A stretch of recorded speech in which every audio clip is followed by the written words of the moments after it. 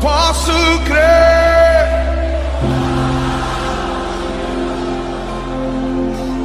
Porque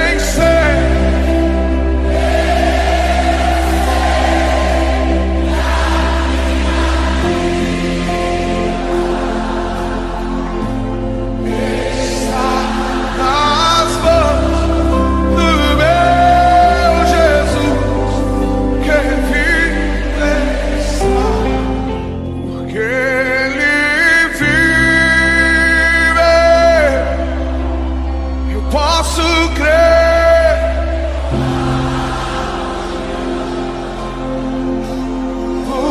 porque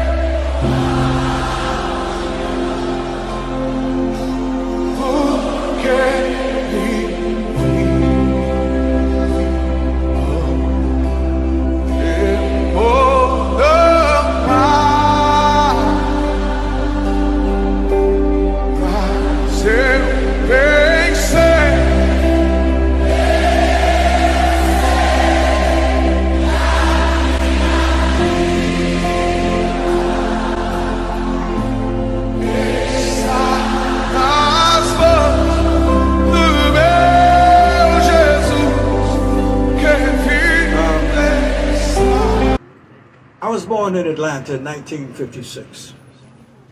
I have a lot of memories connected to this city, but there was a memory that left an indelible imprint on my young psyche when I was 12 years old.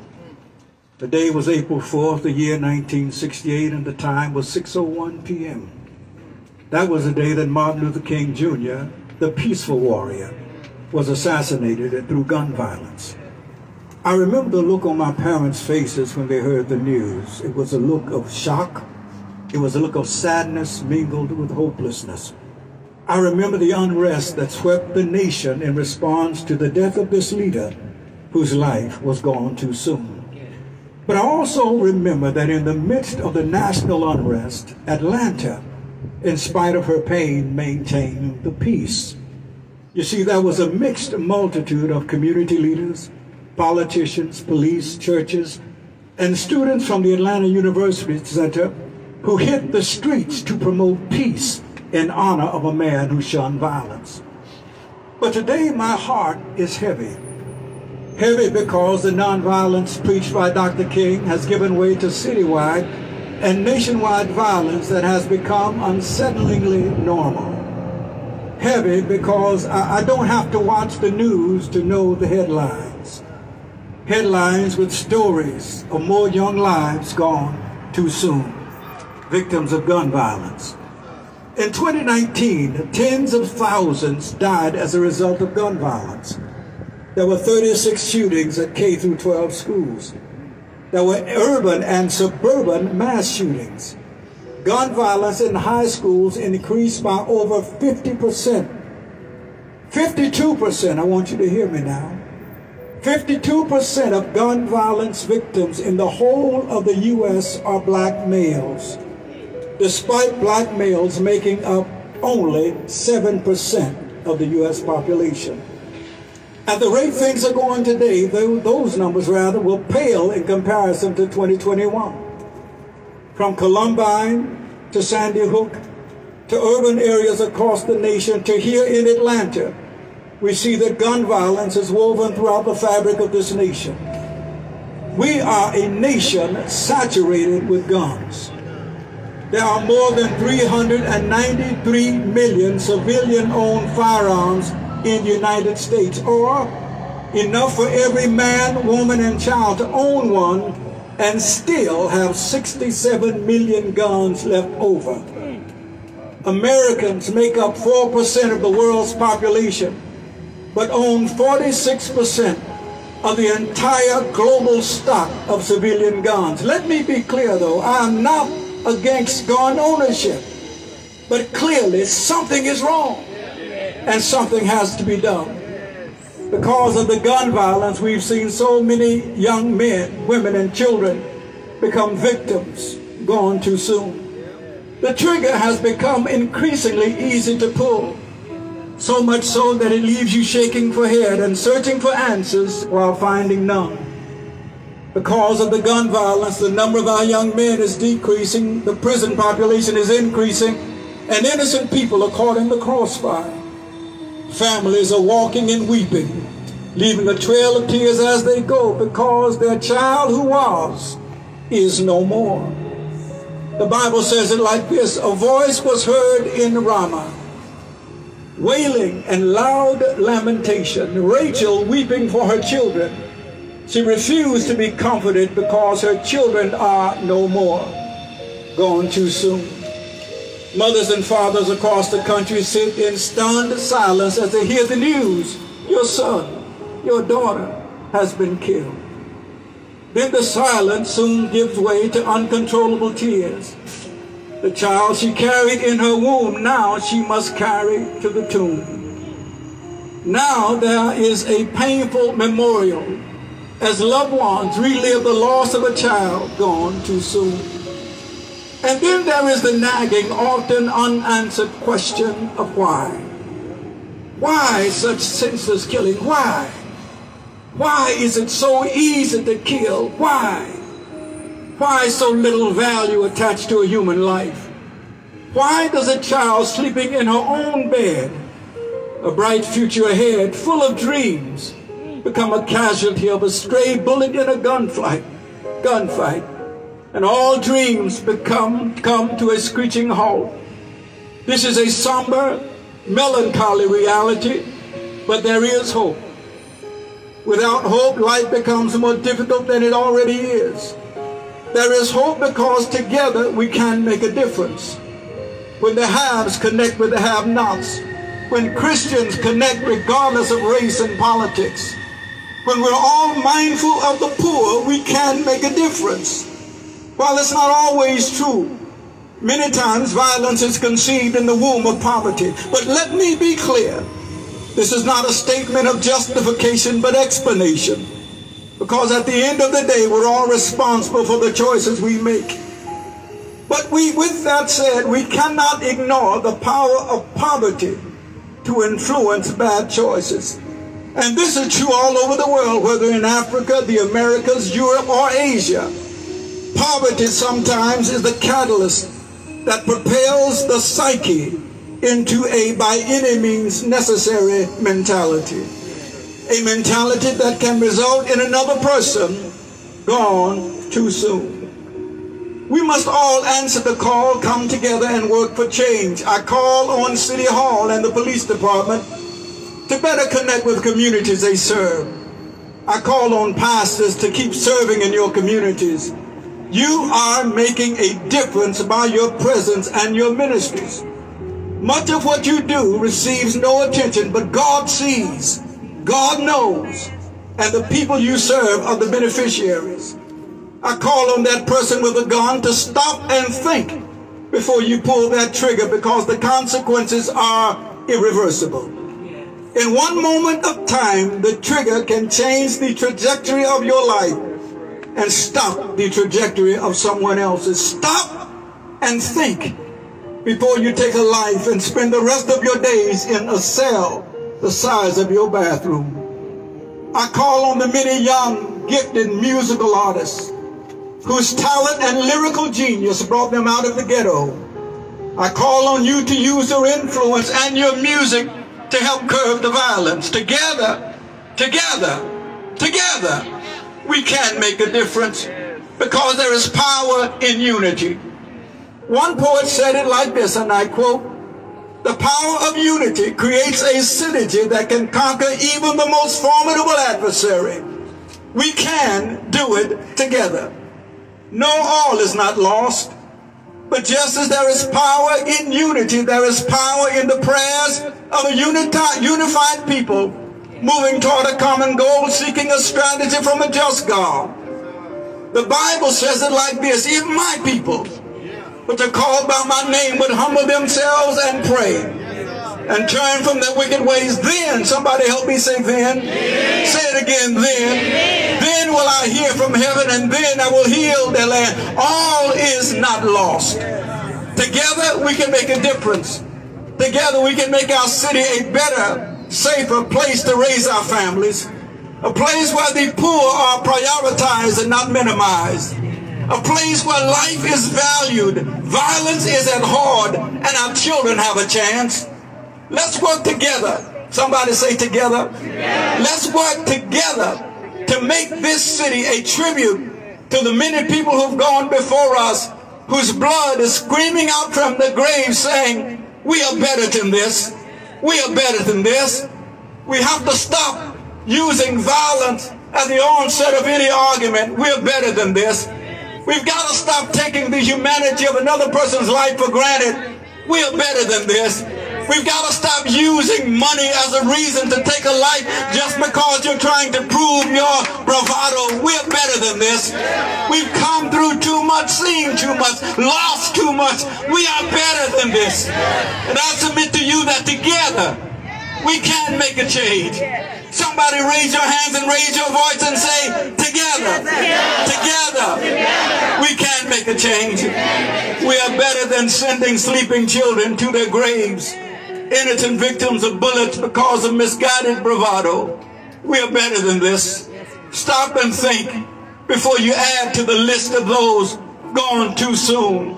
Kalisha Armani Williams, gone too soon. Sanchez Deontay Barber, gone too soon.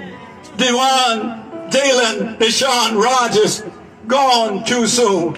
I believe that through the power of prayer, as we raise our hands and raise our voices, we serve a God that sits high, looks low, and will do something about our prayers. I believe that our prayers will rise as incense to a God who's waiting on us to come together, regardless of race and regardless of place, and reach out to Him. The Bible says in Psalms 141 and 2, let my prayer be counted as incense before you, and the lifting up of my hands as the evening sacrifice, as a song.